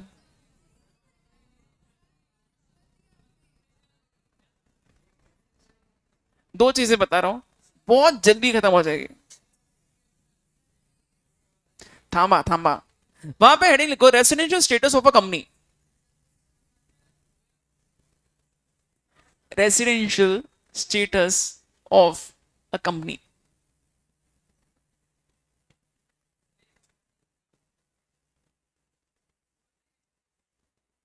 वहां लिख दो रेफर चार्ट ऑन पेज 44।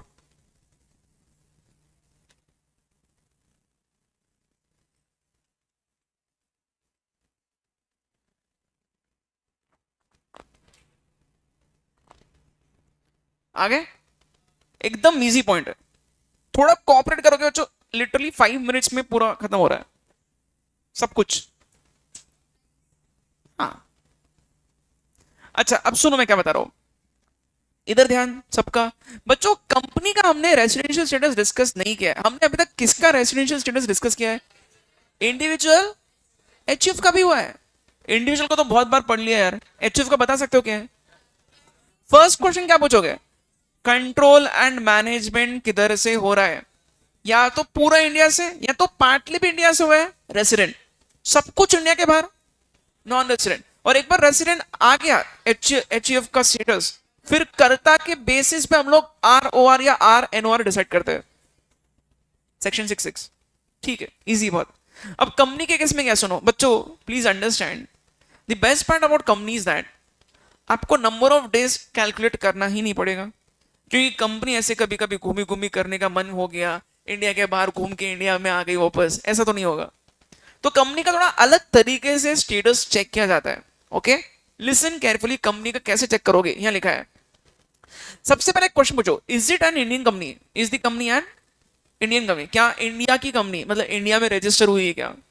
अगर यस है तो रेसिडेंट, यस है तो रेसिडेंट। अगर नो है इसका आंसर, तो नेक्स्ट एक और क्वेश्चन पूछो, वेदर पीओईएम, कविता नहीं है, POEM is place of effective management, वहां नीचे लिखा है, लिखा है क्या कहीं?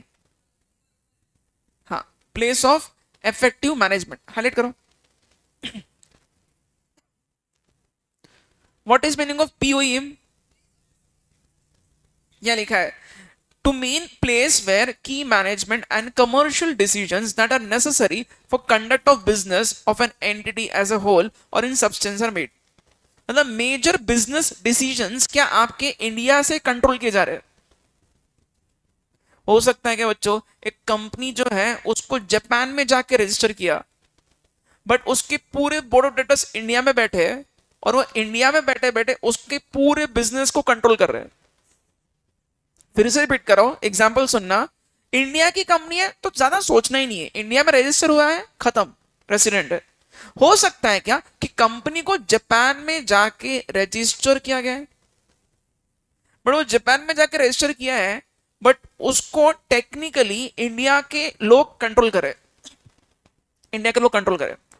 ठीक है बच्चों, आपको एक दो चीज और बता रहा हूं, if I am not wrong, even Flipkart के केस में ऐसा कुछ होता, फ्लिपकार्ट के कुछ रजिस्ट्रेशन सिंगापुर में जाके गए थे। सिंगापुर में भले आप उसके रजिस्ट्रेशन कर रहे हो, बट उसके लोग तो इंडिया के यार, वो इंडिया में बैठे बैठे उसकी बिजनेस ऑपरेशंस को कंट्रोल कर रहे हैं।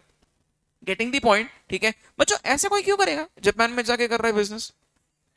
हो सकता है कि वहां पे अलग बिजनेस बेनिफिट्स कुछ मिलते होंगे, कोई जापान में जाके बिजनेस करे, कोई चाइना में जाके बिजनेस करे, आप कहीं पे भी जाके कंपनी चालू कर दो, ठीक है, बट अगर उसको इंडिया से कंट्रोल किया जा रहा है तो हम लोग डीम करेंगे कि वो इंडिया की ही कंपनी है, बेसिकली वो रेसिडेंट है। वो क्या है? रेसिडेंट। ठीक है, अच्छा यहां लिखा है, whether POEM of the company is in India in the relevant previous year, उस पर्टिकुलर साल में अगर आपने उसके पूरे बिजनेस को मेनली इन सब्सटेंस मतलब बहुत कुछ, बहुत कुछ मतलब majority of the part of the business अगर इंडिया से वो रेगुलेट किया जा रहा है, अगर यस इसका आंसर, तो उसको क्या बोलेंगे? रेसिडेंट। क्या बोलेंगे? रेसिडेंट। ठीक है, एक चीज बताओ बच्चों, ठीक है रेसिडेंट बन गया, ओके, और यहां लास्ट क्या लिखा है, अगर ये दोनों का भी आंसर नो है तो नॉन रेसिडेंट। तो basically you have to ask only two questions. First question क्या पूछोगे? इंडिया की कंपनी है क्या? Yes, resident. इंडिया की कंपनी नहीं है, कहीं बाहर जाकर रजिस्टर किया है, बट उसको इंडिया से अगर आप कंट्रोल कर रहे हो अपने प्रीवियस ईयर में, उसके पूरे ऑपरेशंस को आप मेजरली इंडिया से कंट्रोल कर रहे हो, रेसिडेंट।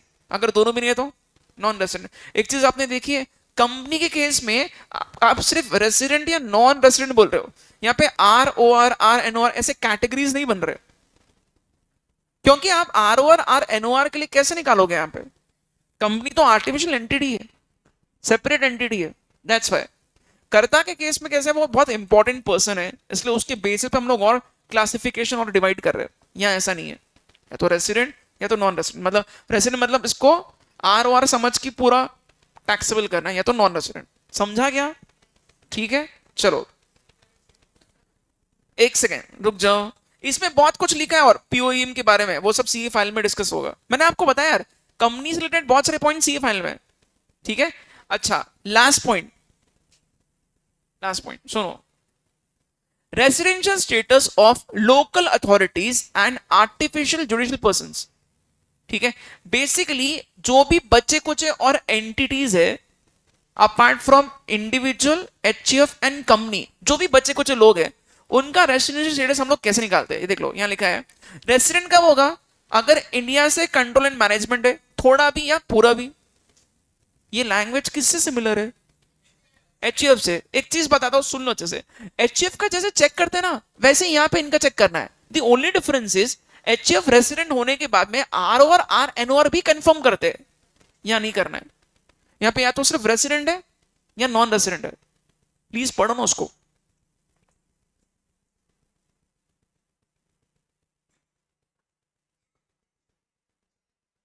इजी है, there is no further classification, just do one thing. आपने हेडिंग लिखा था क्या ये कंपनी का? उसका पेज नंबर का रेफरेंस दिया है क्या? ये भी हेडिंग लिखो ना और रेफरेंस दे दो, खत्म।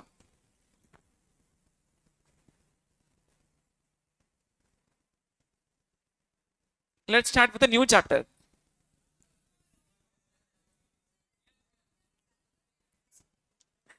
कल कल करते हैं।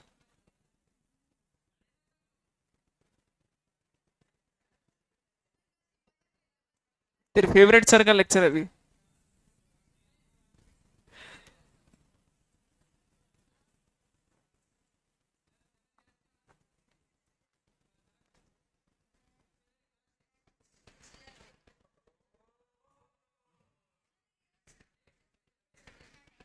चलो हो गया, डन।